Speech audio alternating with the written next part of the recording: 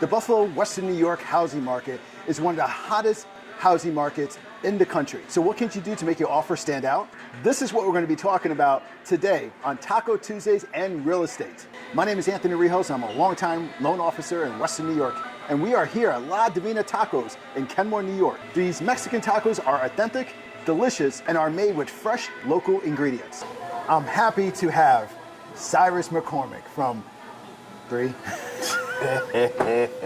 I'm happy to have Cyrus McCormick, a licensed real estate agent from MMB Realty Group. What's up, Cyrus? Not much. Just happy to join you today. Thank you for coming to La Divina. Absolutely. So what can a buyer do to make their offer stand out?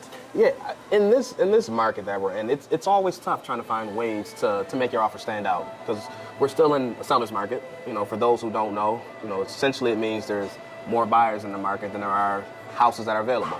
So when you're in that type of market, it's a high likelihood that you're going to have a multiple offer situation. So it's not just you and the seller, it's you and 3, 4, 5, 10, 15, 20 other buyers in some cases. So you do have to do some things to try to make your offer stand out. Okay. I'll start with two tactics that a lot of agents and buyers use that does make their offer stand out, but I'm not a big fan of. But I feel like I should still punt on that because it is a common one. So the biggest one we see is when offers waive their home inspection, which I never as an agent recommend. So a home inspection I feel like is a natural thing that all buyers should do.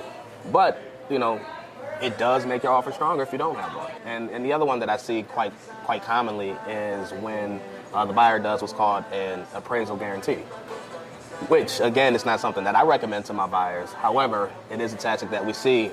So those are two aspects that can make your offer stronger, but that I'm not a big fan of. But now I'll actually go into some stuff that I am big fans of. The first one, which is actually not even in the buyer's hands, it's actually part of your relationship with your buyer's agent. I have high success when I actually present an offer in person. When an agent is able to sit down face to face, just like we are here, and present your offer directly in front of a seller, it's so much easier to make that connection with the seller and put your offer in the best light. And there is still the basic stuff, having a strong deposit. It makes a difference. And what's a strong deposit?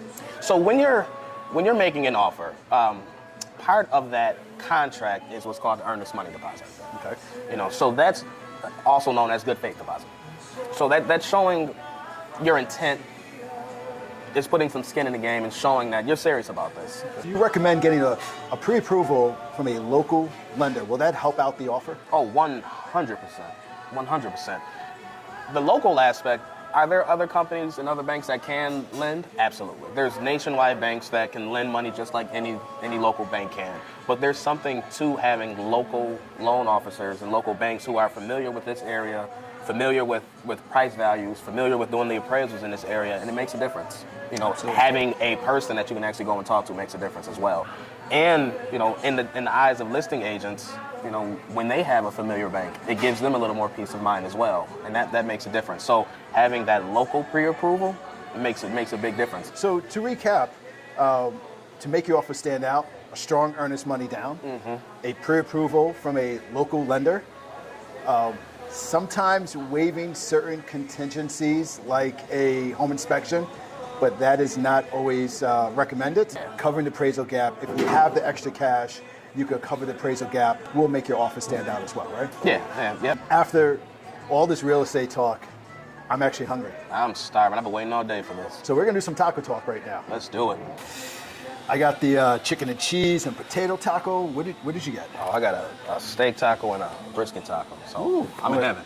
I'm gonna dig in right now here, man. Have at it. You have to come here. Great place, authentic tacos. I was in Mexico probably about last summer, and man, just like it, authentic, right on, spot on here. Why do you love real estate? So now, and it was immediate. As soon as I got my license and was able to actually start helping people, playing a role and playing a part in someone achieving a lifelong dream. That's cool, man. I don't even have words to describe it.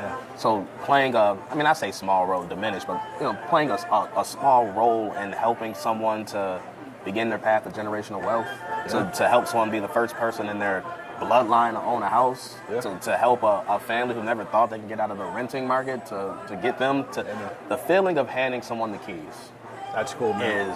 is one that I love and I never take for granted. Remember, when buying a home, stay informed, know your options, and plan ahead. And again, as always, if you're looking for simple real estate advice, please follow me.